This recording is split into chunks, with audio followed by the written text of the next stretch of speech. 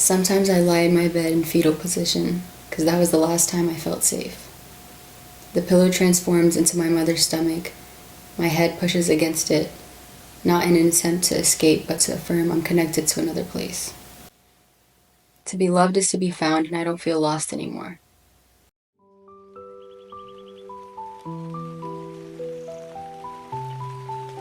Write poetry, it's like my way of grieving, it's my way of speaking to somebody who I feel like I can't usually speak to because there's always a translator involved. I started writing, I don't know the actual age I was, but I've always journaled. But poetry didn't start until high school. I used to hate it, but when I went to this event in the library in DC, there was this organization or club, poetry club, that did a spoken word performance, and I was just so moved by it, and I was like, I really want to be a part of something like that. And so I talked to the teacher, and from then started participating in the poetry slams around the city. And after I graduated high school, it became more of a personal thing. For the most part, it's just me and my notes app or my journal. For most of my life, I've been apart from my mom. And I think it used to just be this nostalgia for something that I don't actually remember having, which is something that I explored in my capstone projects in college.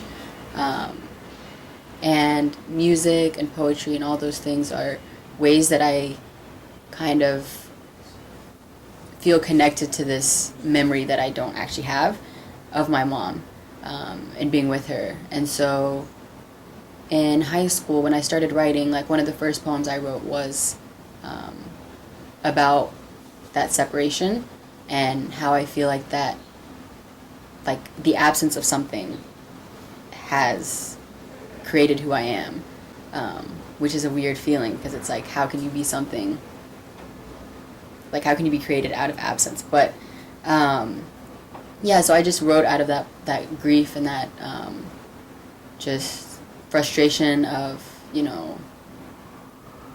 I just want to be with my family. It's a simple desire.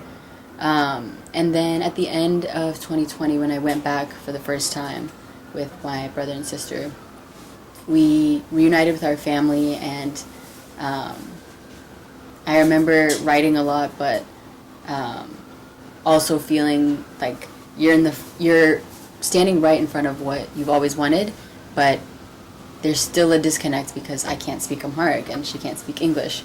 So it's just another wall that that has been put in front of you. And some things, they don't need language. So I still I still felt connected to her. There were things that, we were able to laugh about, or I felt comforted by, or just hearing her voice and not even knowing what the words meant. I felt just calm. And that feeling is what I have when I write poetry. And so, and throughout college, just kind of felt more connected to her because now I was able to call her or send her pictures and things like that.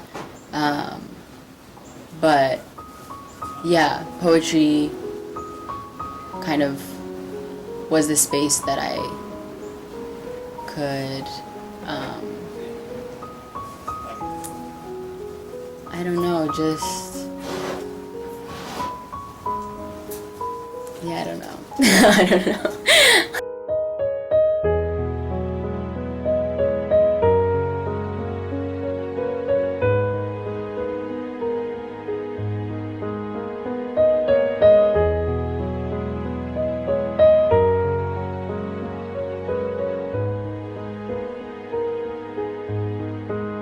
I want to be able to sing and write in my first language, which is Amharic. I don't know if it'll ever be rewired because most of my life has been, seen, or I've viewed the world through English, which is a very specific experience or position. But I'm hoping that once I go there and I relearn, that over time that it'll become just as strong as my first, and I'll be able to think in it and feel in it, and I won't have to translate my emotions to my mom. So, yeah. She's heard some of my poetry, and like when I'm on a call with her, I remember, I think it was 2020, so before I even like reunited with her, she was crying on the call, I think because of something I had written. But one day, like, I want to write like a poem for her, in a language she understands. So. Pick up my pace when I see you.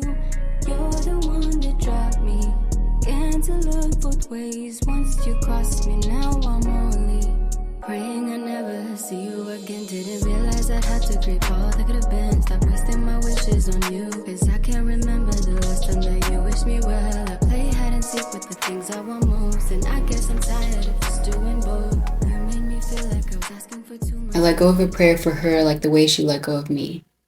I asked her if I love you was just a prettier way of saying goodbye. I wonder what was written in the letters that never got to me. I learned there will be mountains that won't move even if I'm on my knees, but I'll have this place to call home, always.